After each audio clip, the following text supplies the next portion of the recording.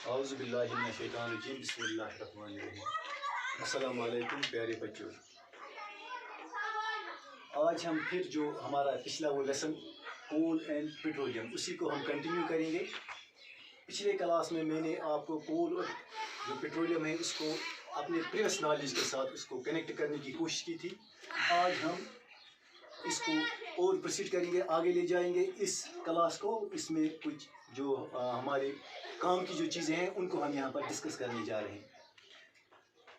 आज जिन टॉपिक्स को हम यहाँ पर टच करेंगे, जिनको कवर करने की कोशिश करेंगे, उनमें एक फ्यूल की क्लासिफिकेशन, फ्यूल का कैलोरीफिक वैल्यू और फ्यूल के कैरेक्टरिस्टिक फीचर्स, ये चीदा बातें हैं जिनको हम इस लेसन में, इस क्लास में टच करने की कोशिश करेंगे।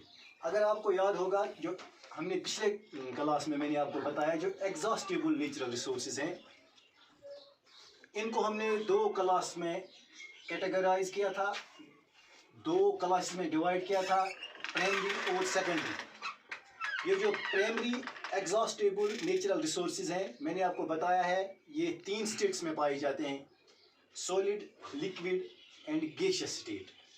अगर हम उनकी एग्जांपल ले लेंगे, सॉलिड में वुड आता है, इसी तरह बहुत सारी चीज़ें आती है। लिक्विड में क्रूड ऑयल आता है और जो गैसियस फॉर्म है इसमें नेचुरल गैस आती है। और अगर हम इसकी सेकेंडरी फॉर्म को देखेंगे, सेकेंडरी फॉर्म इसको हम डिराइव्ड फॉर्म भी बोलते हैं। ये थोड़ा सोफिस्टिकेटेड फॉर्म होती है, इसके फीचर्स थोड़ा ज़्यादा अच्छे होते हैं। इसमें ये भी सॉलिड, लिक्विड और गैसियस फॉर्म में मौजूद होते हैं। जहाँ तक सॉलिड फॉर्म की एग्जांपल हम कोक, मैंने उस वक्त आपको बताया है। लिक्विड फॉर्म में केरोसिन ऑयल हम ले सकते हैं और ये जो गैसियस फॉर्म है उसमें कोल, गैस को हम ले सकते हैं। अगर हम इन्हीं चीज़ों को जो यहाँ हमने एग्जांपल्स यहाँ दे दी हैं इनको हम लिखेंगे, यहाँ wood, crude oil, natural gas, coke, kerosene, coal gas, so on so forth. अब हमारा जो आज का असल टॉपिक है वो है फ्यूल। ये फ्यूल क्या होता है? असल में हम इससे वाकिफ़ है, अपनी उर्दू भाषा में हम इसे ईंधन बोलते हैं। ईंधन एक वो चीज़ है जो हमें एनर्जी यानी ताकत, तवानाई देती है जब ये जल जाती है। तो इसी को अगर हम यहाँ पर इसकी डिफिनेशन देखेंगे इस फ्यूल की, ए कम्बस्टेबल सबस्टेंस, यहाँ पर एक लफ्ज़ मैंने और इस्तेमाल किया है, कम्बस्टेबल सबस्टेंस। जो कम्बस्टेबल का मतलब है that substance which will burn completely, ये कम्प्लीटली बर्न हो जाती है और बर्न होने के साथ साथ ये एनर्जी देती है और कम हार्मफुल, लीस्ट हार्मफुल गैसेस ये पैदा करती है या ये रिलीज़ करती है ये फ्यूल। तो फ्यूल को हम अगर हम डिफाइन करना चाहेंगे, fuel is a substance, combustible substance which completely burns into the air and produces energy। Energy दो सूरतों की, दो फॉर्म्स में मौजूद होती है, दो सूरतों में हमारे सामने आती है, heat energy and light energy. तो अगर हम इसी फ्यूल को आगे बढ़ाएंगे, इसकी क्लासिफिकेशन करेंगे यानी इसके क्लासेस बनाएंगे, तो फ्यूल के दो क्लासेस हैं, एक है प्राइमरी क्लास, दूसरा है सेकेंडरी क्लास। तो मैंने पहले ही आपको बताया जो उसका प्राइमरी क्लास है ये अपनी नेचुरल फॉर्म में मौजूद होते हैं, ये फ्यूल्स ये कुदरती फॉर्म में मौजूद होते हैं, जो अल्लाह ने जिस फॉर्म में उनको बनाया होता है इसी फॉर्म में होते हैं। तो उनकी एग्जांपल फिर हम वही ले लेंगे, जैसे वुड है, क्रूड ऑयल है, नेचुरल गैस है। वुड तो ये हम अपने चूल्हों में जलाते हैं, हमें सबों को मालूम है।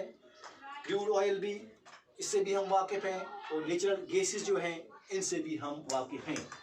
जहाँ तक सेकेंडरी क्लास की बात है, जो इसका वो जो उसकी दूसरी फॉर्म है फ्यूल की, secondary class, these fuels are found in the derived form, ये डिराइव्ड फॉर्म में मौजूद होते हैं, एंड आर सोफिस्टिकेटेड और मोर आइडियल। ये सोफिस्टिकेटेड होते हैं, मोर आइडियल होते हैं, यानी ये लेस हार्मफुल गैसेस रिलीज करते हैं जब ये फ्यूल बर्न हो जाते हैं, ये फ्यूल जल जाते हैं। उसके बाद अगर हम और एक जो इस लेसन में हमारा एक अहम पॉइंट है, कैलोरीफिक वैल्यू ऑफ फ्यूल। ये कैलोरीफिक वैल्यू ऑफ फ्यूल क्या होता है?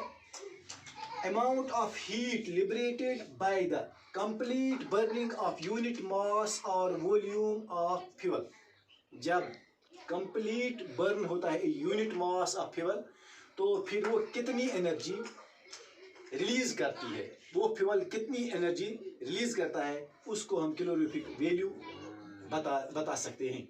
तो कैलोरीफिक वैल्यू का जहाँ तक उसको ये किलो जूल्स या किलोग्राम्स में हम उसको इसकी जो पैमाइश करते हैं, इसकी जो वो मेजरिंग स्केल है, तो हम ये भी कह सकते हैं amount of heat liberated divide by total mass of fuel, divide by total mass of fuel, यानी कितनी एनर्जी लिबरेट हुई है और कितना मास ऑफ जो फ्यूल है, फ्यूल किस क्वांटिटी में जला है, वो कितनी एनर्जी उसने ये हमें दे दी है।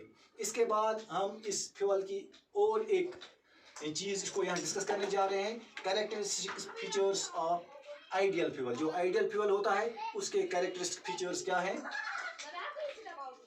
Number 1, high calorific value.